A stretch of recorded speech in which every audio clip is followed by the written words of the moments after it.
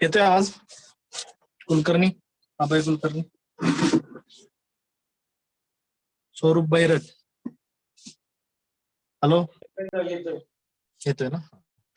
First phase, lag phase. In this phase, population of bacteria remain temporary unchanged, that is constant. तर first जी phase असते त्या phase मध्ये काय होतं, जेव्हा तुम्ही बॅक्टेरिया आयसोलेट करता त्यावेळी त्याचे जे काय पॉप्युलेशन आहे हे कॉन्स्टंट असतं, त्याच्यामध्ये वाढ होत नाही. But this not means that the cells are dormant. तर त्याचं पॉप्युलेशन जरी वाढत नसलं तर ह्याचा अर्थ असा नाही की तो सेल डॉर्मंट आहे, म्हणजे ते डॉर्मन्सी मध्ये बॅक्टेरियल सेल गेलेलं नाही, त्याचं नंतर सेल ग्रोथ होणार आहे किंवा मल्टिप्लिकेशन होणार आहे. On other hand, the individual cell increase in size beyond their normal dimensions. तर काय होतं, इंडिव्हिज्युअल सेल जे असते, जरी पॉप्युलेशन बॅक्टेरियाचं वाढलं नाही तरी बॅक्टेरियल इंडिव्हिज्युअल जी सेल आहे बॅक्टेरियाची त्याचं काय होतं, तर त्याची साईज वाढते. त्यांची जी सुरुवातीला नॉर्मल साईज असते त्याच्यापेक्षा त्या मीडियामधले न्यूट्रिएंट मिळाल्यामुळे इंडिव्हिज्युअल सेलची साईज वाढते. Physiologically, cells are very active and synthesize new protoplasm. तर त्यांच्यामध्ये फिजिओलॉजिकल ऍक्टिव्हिटी चालू झालेल्या असतात आणि ज्या बॅक्टेरियल सेल आहेत त्या नवीन प्रोटोप्लाझम हा तयार करतात, सिंथसाइज करतात. They may be deficient in enzyme and co enzyme. मग त्या ज्या बॅक्टेरियल सेल आहेत त्याच्यामध्ये एन्झाईम्स आणि कोएन्झाईमची डिफिशियन्सी असते. The organisms are actively metabolizing but there is lack in cell division.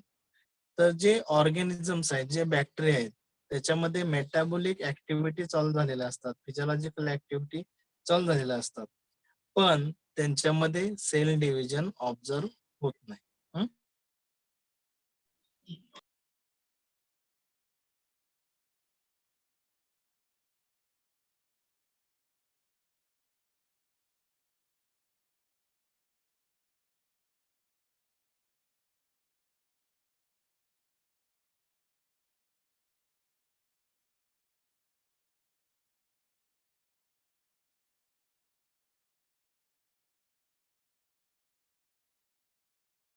असते त्याची साईड लॉग फेज. पहिली काय होती, लॅग फेज. सेकंड फेज कोणते आहे, लॉगॅरिथमिक और एक्सपोनेन्शियल और लॉग फेज. तर ह्या फेजला 3 नाव.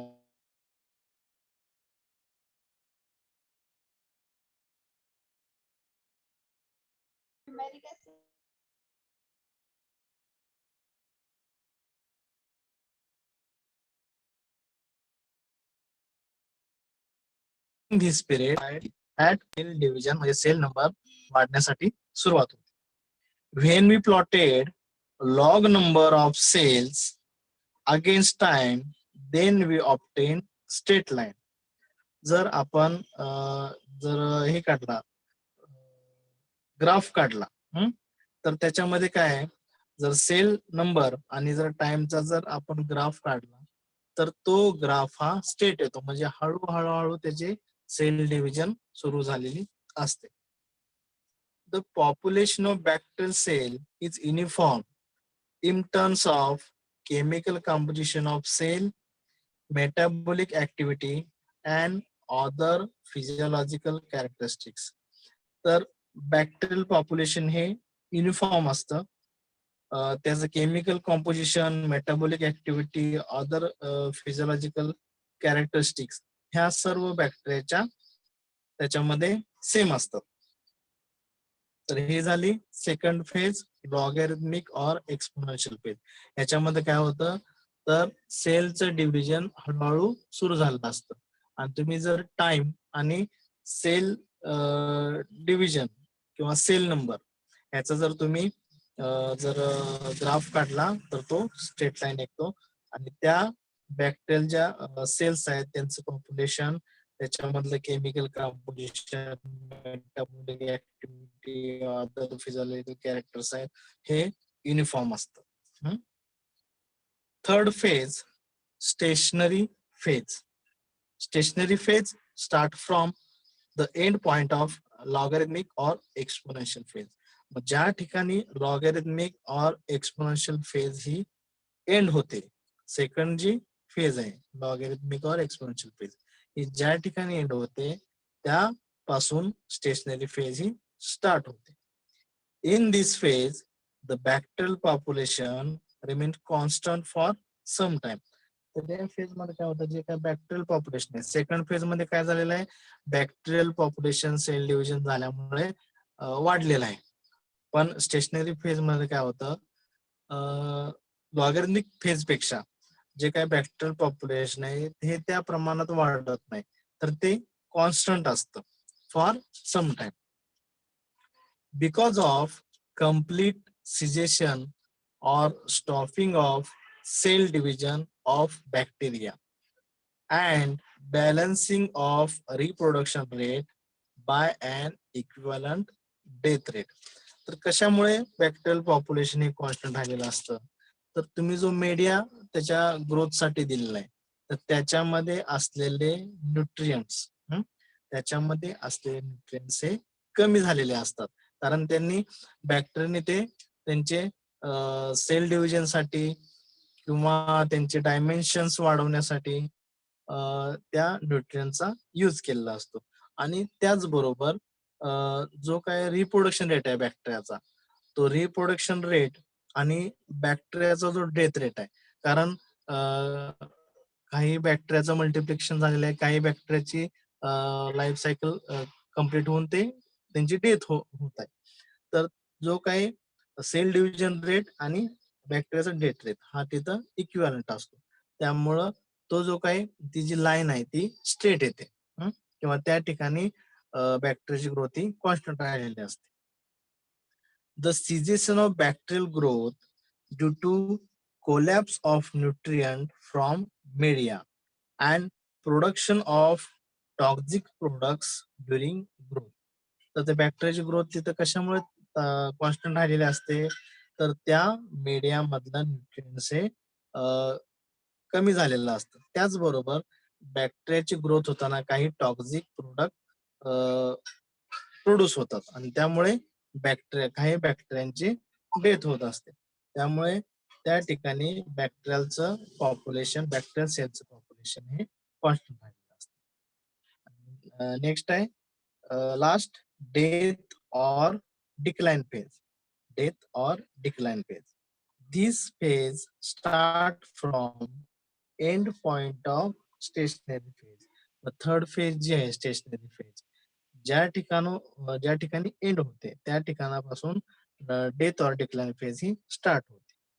In this phase bacteria die faster than their production of new cells. तर ह्याच्यामध्ये काय होतं, तर डेथ रेट जो बॅक्टेरियाचा आहे तो रिप्रोडक्शन रेट पेक्षा जास्त असतो. डेथ और डिक्लाइन फेज मध्ये काय होतं, तर बॅक्टेरियाचा जो काय डेथ रेट आहे तो रिप्रोडक्शन रेट पेक्षा जास्त असतो.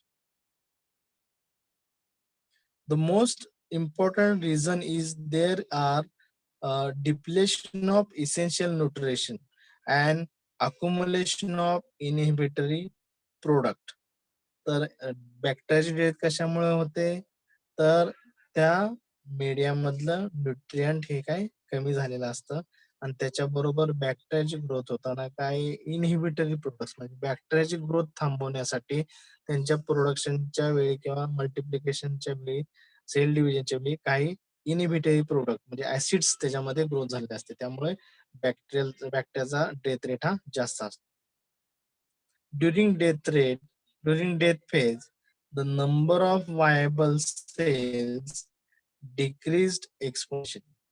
तर याच्यामध्ये काय होतं, डेथ फेज म्हणजे ज्या काही व्हायबल सेल्स आहेत, ज्या काही लाईव्ह सेल्स आहेत त्यांची संख्या कमी होते आणि ज्या काही डेथ झालेल्या बॅक्टेरियल सेल आहेत त्यांची तर हे काय बॅक्टेरियल ग्रोथ फेजेस. तर तुम्हाला मीडिया विचारले जाते बॅक्टेरियल ग्रोथ साठी कोणते मीडिया लागतात. तर for isolation of fungi dash media is used. For isolation of fungi PDA media. media is used for isolation of bacteria. तर त्याचा आन्सर आहे nutrient agar media. Nutrient agar media for isolation of bacteria. Next विचार जाऊ शकतो, बॅश media is used for isolation of rhizobium. जर rhizobium isolate करायचा असेल तर congo red yeast extract mannitol agar media, that is CRYEMA, क्रेमा media.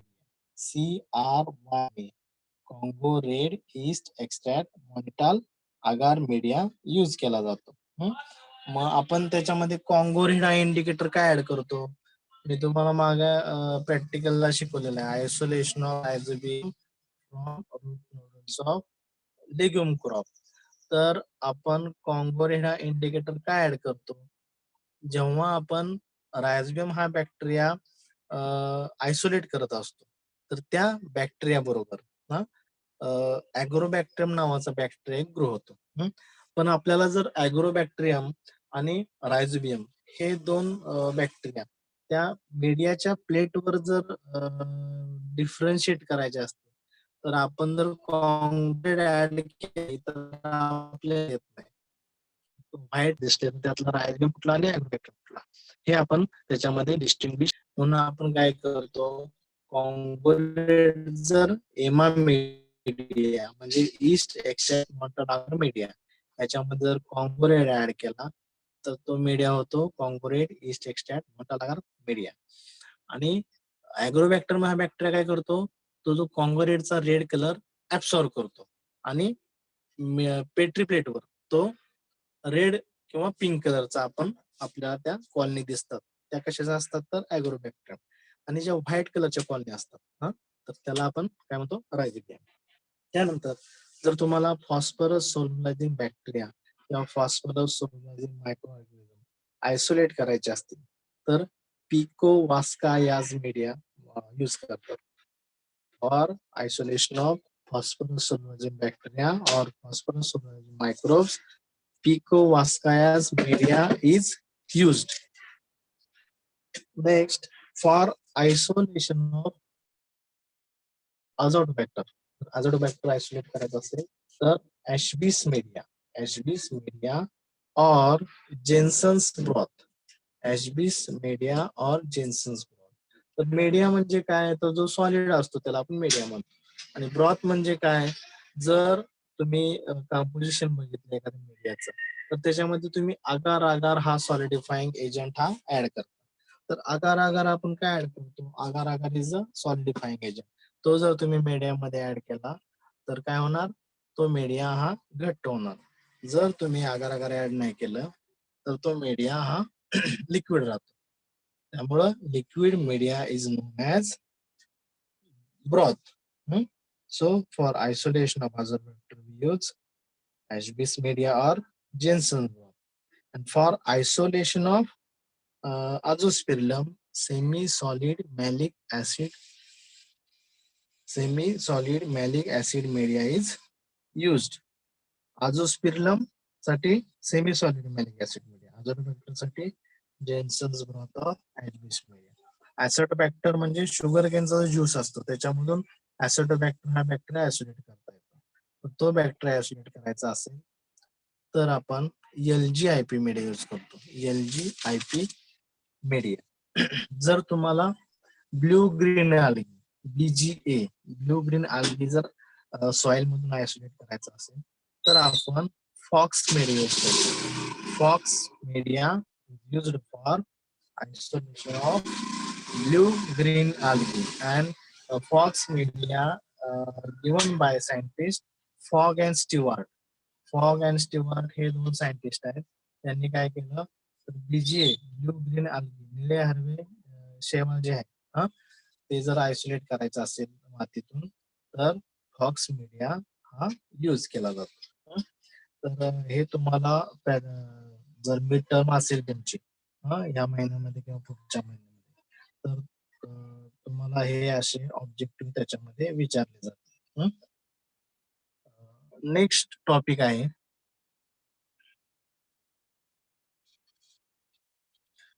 Biodegradation of agro waste. Biodegradation of agro waste. तर खेडेगावातली जी मुलं असतील त्यांनी बायोगॅस प्लांट बघितला असेल.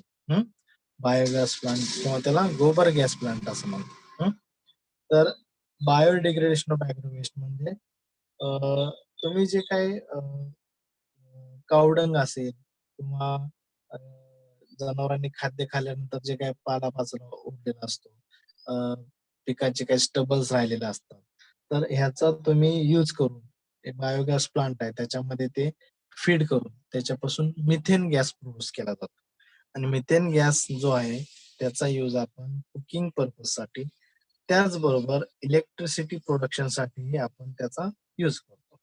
जर तुम्हाला बायोडिग्रेडेशन ऑफ ऍग्रो वेस्ट विचारलं तर तुम्ही बायोगॅस प्लांटची जी काय डायग्राम आहे ना, लेक्चर झाले की मी तुम्हाला ते डायग्राम पाठवेन. तर त्या बायोगॅस प्लांटचे डायग्राम काढायचे आणि त्याच्यामध्ये कोणकोणते बॅक्टेरिया इन्व्हॉल्व्ह होतात किंवा त्याच्यामध्ये कोणकोणते सबस्टन्स हे बायोगॅस प्रोडक्शन साठी यूज केले जातात. त्यानंतर ते जो काही सबस्टन्स वापरल्यानंतर बायोगॅस मध्ये किंवा तो बायोगॅस प्लांट आहे त्याच्यामध्ये कोणकोणते गॅस प्रोड्यूस होतात, किंवा त्या बायोगॅस प्लांट मध्ये जे काही तुम्ही स्लरी तयार करणार आहात तर त्याचा पीएच किती असावा. त्यानंतर बायोगॅस प्लांट जे आहेत त्याचे कोणकोणत्या प्रकारचे टाइप्स आहेत, त्याच्यामध्ये कोणते बॅक्टेरिया इन्व्हॉल्व्ह आहेत, ह्याच्याबद्दल आपण आता माहिती बघूया. बायोगॅस प्लांट और गोबर गॅस. तर त्याचं डेफिनेशन काय बघा बायोगॅसची. Biogas definition of biogas: gas produced by microbial digestion of waste material consisting of residues of plants, animal dungs, and organic waste matter is known as biogas. Gas produced by microbial digestion of waste material consisting of residues of plants, animal dungs, and organic waste matter is known as biogas. तर जे काही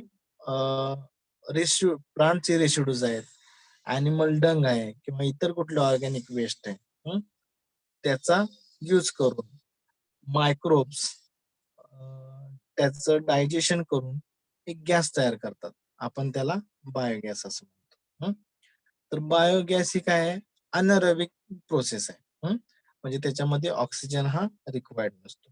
it is produced in specially designed anaerobic digester known as biogas plant. तर biogas हा ज्या plant मध्ये किंवा एखाद्या instrument मध्ये डायजेस्टर मध्ये प्रोड्यूस केला जातो त्या प्लांटला आपण बायोगॅस प्लांट असं म्हणतो. म्हणजे ज्याच्यामध्ये बायोगॅस प्रोड्यूस केला जातो त्याला बायोगॅस प्लांट असं म्हणतात. The gas is combustible mixture of. तर त्याच्यामध्ये कोणकोणते गॅस असतात बायोगॅस प्लांट मध्ये. मिथेन 50-60%. मिथेन गॅस जो आहे तो बायोगॅस प्लांट मध्ये 50 ते 60% असतो. CO2 30-40%. CO2 30-40%. H2S and nitrogen in small amount. तर H2S आणि नायट्रोजन हे निग्लिजिबल अमाऊंट मध्ये पण त्याच्यामध्ये प्रेझेंट असतात. Biogas is use as fuel for cooking purpose. बायोगॅसचा यूज हा आपण खेडेगावामध्ये कुकिंग पर्पज साठी करतो. It is also used for production of electricity. Electricity production साठी पण बायोगॅसचा हा यूज केला जातो. Next, substrate used for biogas production. तर बायोगॅस प्रोडक्शन करण्यासाठी कोणकोणते सबस्ट्रेट, कोणकोणतं मटेरियल यूज केलं जातं. Cattle dung, night soil, cattle dung, night soil, excreta of farm animal, excreta of farm animal and poultry, algae and water hyacinth. Water hyacinth म्हणजे पाण्यावर उगणारी एक वनस्पती आहे किंवा algae ह्याचाही आपण यूज करू शकतो. Substrate used for biogas production: cattle dung, mat soil, exit of farm animals and poultry, algae, and water hyacinth. Next, methane production. तर त्या बायोगॅस प्लांट मध्ये मिथेन प्रोडक्शन होण्यासाठी कोणकोणते बॅक्टेरिया रिस्पॉन्सिबल असतात? तर हे बघा, the methane bacteria that is methanogenic bacteria that is methanococcus, that is Methanococcus, Methanobacillus, Methanococcus, Methanobacillus, Methanocercina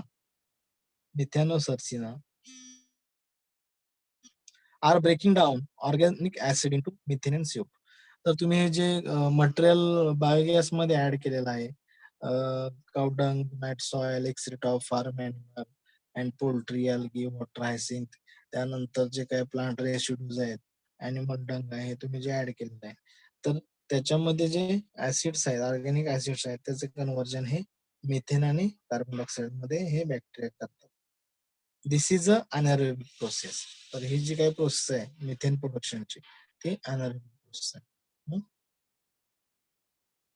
optimum pH for methane production म्हणजे काय, तुम्ही मटेरियल त्याच्यामध्ये ऍड करणार आहे, तर त्या मटेरियलचं डायजेशन झाल्यानंतर त्याचा पीएच हा 6.8 to 7.2 पाहिजे.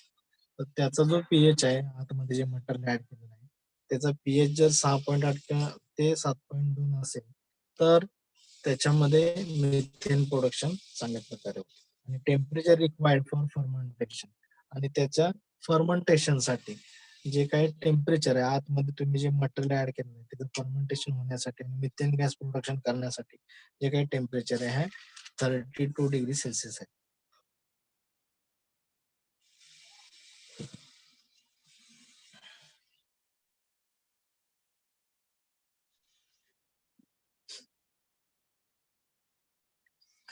The rate of biogas production. तर बायोगॅस प्रोडक्शनचा रेट काय आहे? 23 to 82 23 to 82 मीटर क्यूब एवढा बायोगॅस प्रोडक्शनचा पर टन वेट जे आहे, डंगच्या पर टन वेट, तर 23.2 to 82 मीटर क्यूब एवढा बायोगॅस त्याच्यामध्ये प्रोड्यूस केला जातो.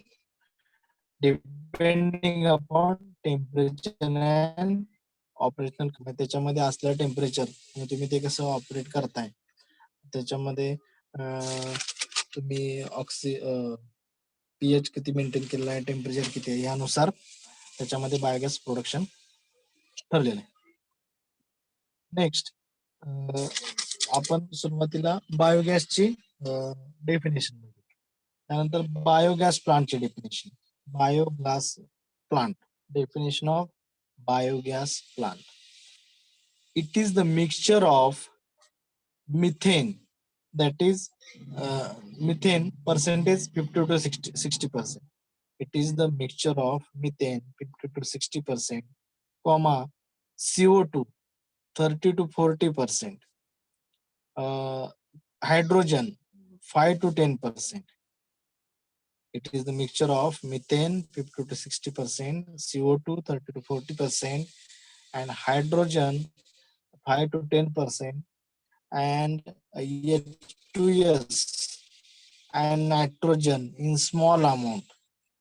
H2S and nitrogen in small amount.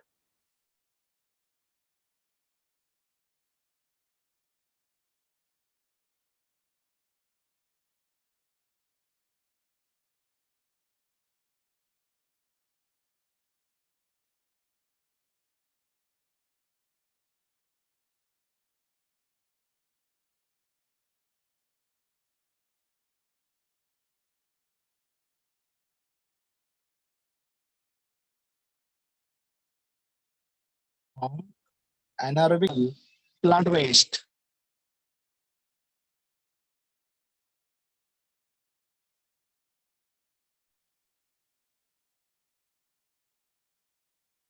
It is produced in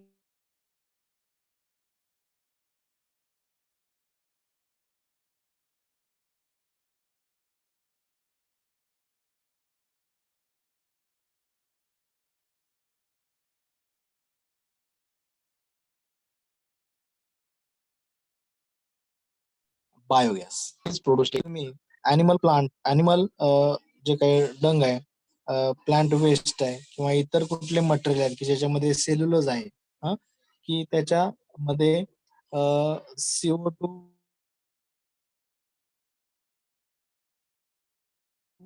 30 ते 40% 60% आहे, हायड्रोजन 5 ते 10% आहे आणि H2SN नायट्रोजन केले जातात. तर हे सगळे जे गॅस आहेत हे एका स्पेशलाइज डिझाईन्ड anaerobic digester मध्ये प्रोड्यूस केले जातात बाय युझिंग जे काय animal plant waste, cellulose containing waste. तर जो काय प्लांट आहे की ज्या प्लांटमध्ये वेगवेगळे जे काय वेस्ट आहेत त्याचा यूज करून मिथेन, CO2 आणि hydrogen, H2SN nitrogen small amount हे अनारोबिक कंडिशन मध्ये प्रोड्यूस केलं जातं. तर त्याला आपण बायोगॅस प्लांट असं म्हणतो. तर बायोगॅस प्लांट मध्ये त्याचे कोणकोणते पार्ट आहेत, तर इम्पॉर्टंट पार्ट कुठले आहेत, तर डायजेस्टर हा इम्पॉर्टंट आहे. म्हणजे तुम्ही इनलेट आणि आउटलेट असतेच. म्हणजे इनलेट मधून तुम्ही काय करता, जे काय ऑर्गॅनिक वेस्ट किंवा प्लांट रेसिड्यूज हे आणि कावडंग त्या इनलेट मधून ऍड करता. ते ऍड केल्यानंतर ते कशामध्ये जातं, तर डायजेस्टर मध्ये जातं. डायजेस्टर मध्ये गॅस प्रोड्यूस होऊन तो गॅस हा गॅस होल्डर ह्याच्यामध्ये साठवला जातो. आणि आउटलेट असते. आउटलेट पासून काय केलं जातं, तर ज्याच्यापासून गॅस निर्मिती झालेली आहे ती जी काय स्लरी आहे ती आउटलेट मधून बाहेर काढली जाते. इम्पॉर्टंट पार्ट कुठले आहेत, तर डायजेस्टर अँड गॅस होल्डर. तर बायोगॅस प्लांट आहेत हे दोन प्रकारचे आहेत. 2 types of biogas plant. First, batch type of biogas plant. Batch type of biogas plant. The digesters are filled once and sealed and empty when raw material stop gas production. तर batch type disaster मध्ये काय होतं, तुम्ही जे काय कावडंग आहे किंवा जे काय organic material cellulose contain farm waste तुम्ही काय करायचं, एकदाच त्या डायजेस्टर मध्ये फिल करायचं. रोज रोज फिल करायचं नाही. एकदा पूर्णपणे तो डायजेस्टर भरून नंतर तो आणि ज्यावेळी त्या आतमध्ये थेन प्रोडक्शन हे जेव्हा थांबेल, जे तुम्ही आतमध्ये मटेरियल ऍड केलेलं आहे त्याच्यामधून मिथेन प्रोडक्शन जेव्हा थांबेल त्याच वेळी त्यातलं जे काय स्लरी आहे ती एकदाच बाहेर काढायची आणि नंतर परत जे काय मटेरियल आहे ते प्लांट रेसिड्यूज कावडंग नंतर परत भरायचे आणि तो सील करायचा.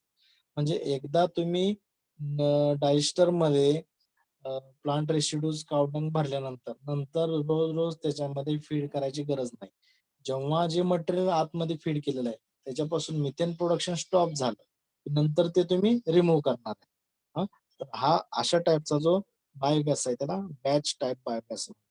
The digester are filled once and sealed and empty when raw material stop gas production. This is the first type of biogas plant, that is batch type biogas plant. Second, continuous type biogas plant. Continuous type biogas plant. In continuous type biogas plant, it fed with definite quantity of waste material. In continuous type of biogas plant, it fed with definite quantity of waste material at regular interval. So gas production is continuous or regular. तर ह्या biogas plant मध्ये काय केलं जातं, जे काय waste material आहे ते कंटिन्युअस फीड केलं जातं. कंटिन्युअस फीड केल्यानंतर काय होतं, त्याच्यामध्ये बायोगॅस प्रोडक्शन होत राहतं. त्या बायोगॅस प्लांट मध्ये कंटिन्युअस वेस्ट मटेरियल फीड करावं लागतं. त्यामुळे त्या बायोगॅस प्लांट काय म्हणायचं, कंटिन्युअस टाइप बायोगॅस प्लांट.